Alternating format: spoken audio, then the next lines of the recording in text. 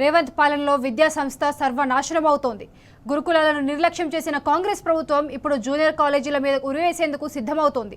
విద్యా కమిషన్ సిఫారసు పేరుతో జూనియర్ కాలేజీలను మూసివేసేందుకు రంగం సిద్ధం చేస్తున్నది. కొత్తగా ఏర్పాటయ్యే పబ్లిక్ స్కూళ్లలో జూనియర్ కాలేజీలను కలిపివేయాలన్న కమిషన్ సిఫారసు అధ్యాపక సంఘాలకు తీవ్రంగా వ్యతిరేకిస్తున్నాయి. సిఫారసులను అమలు చేస్తే ఉద్యమిస్తామని అధ్యాపకులు హెచ్చరిస్తున్నారు.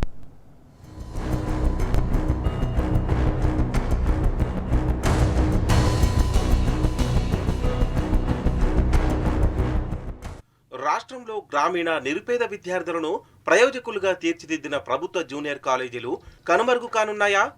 50 ఏండ్లకు పైబడిన కాలేజీలు కాలగర్భంలో కలవనున్నాయా అంటే పరిస్థితి చూస్తే అవునని అనిపిస్తోంది. రాష్ట్రంలోని ప్రభుత్వ జూనియర్ కాలేజీలను ఎత్తివేయాలని తెలంగాణ విద్యా కమిషన్ ప్రభుత్వానికి సిఫార్సు చేసింది. కొత్తగా ఏర్పాటు చేసే తెలంగాణ పబ్లిక్ స్కూళ్లలో విలీనం చేయాలని ప్రతిపాదించింది.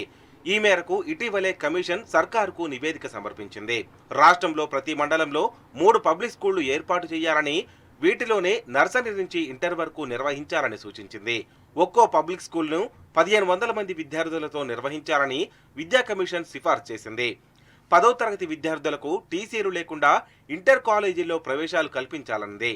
ఒకే ప్రాంగణంలోని ల్యాబులు, ఆట స్థలం, డైనింగ్ హాళ్లను ఉమ్మడిగా వాడుకునేలా చూడాలని సర్కారుకు సూచించింది.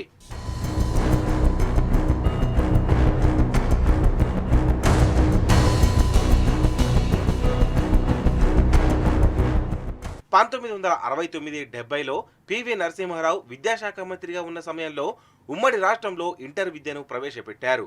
అప్పటి నుంచి విజయవంతంగా నడుస్తోంది. ఒక రకంగా చెప్పాలంటే ఇంటర్ విద్య సక్సెస్ కు కేర్ ఆఫ్ అడ్రస్ అయింది. నేడు ఐఐటీలు, ఎన్ఐటీల్లో 15-20% మన విద్యార్థులు ఉన్నారంటే అందుకు ఇంటర్ విద్యా వ్యవస్థే కారణం. ఇంటర్ విద్యతోనే మెడికల్ సీట్లను అత్యధికులు పొందుతున్నారు. ముఖ్యంగా గ్రామీణ విద్యార్థులు ఎంతో ప్రయోజకులవుతున్నారు. రాష్ట్రంలో ప్రస్తుతం 430 ప్రభుత్వ జూనియర్ కాలేజీల్లో దాదాపు 1.6 లక్షల మంది విద్యార్థులున్నారు. ఇవన్నీ దాదాపు మండల కేంద్రాల్లోనే ఉన్నాయి.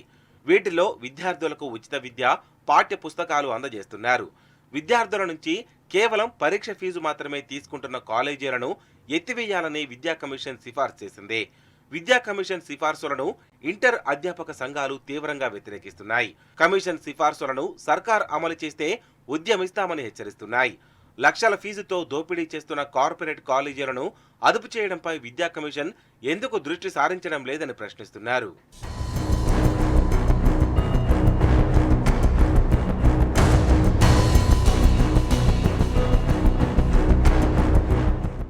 ఇంటర్ అకాడమిక్ క్యాలెండర్, పాఠశాల విద్యా అకాడమిక్ క్యాలెండర్ వేర్వేరుగా ఉంటాయి. సమన్వయం ఎలా చేస్తారని అధ్యాపకులు ప్రశ్నిస్తున్నారు. ఒక పబ్లిక్ స్కూల్లో 1500 మంది విద్యార్థులు ఉండాలని కమిషన్ సూచించింది. ఇంతమంది ఒకేసారి మధ్యాహ్న భోజనం చేయగలరా?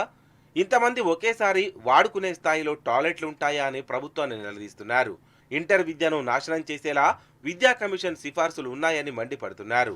ప్రభుత్వ జూనియర్ కాలేజీను తెలంగాణ పబ్లిక్ స్కూళ్లలో విలీనం చేయాలనడం ఆత్మహత్య సదృశ్యం అవుతుందని ప్రభుత్వాన్ని హెచ్చరించారు. విద్యా కమిషన్ సిఫార్సులు సర్కారు కాలేజీలకు ఉరిబిగించేలా ఉండడం ఆందోళనకరమని ఆందోళన వ్యక్తం చేస్తున్నారు.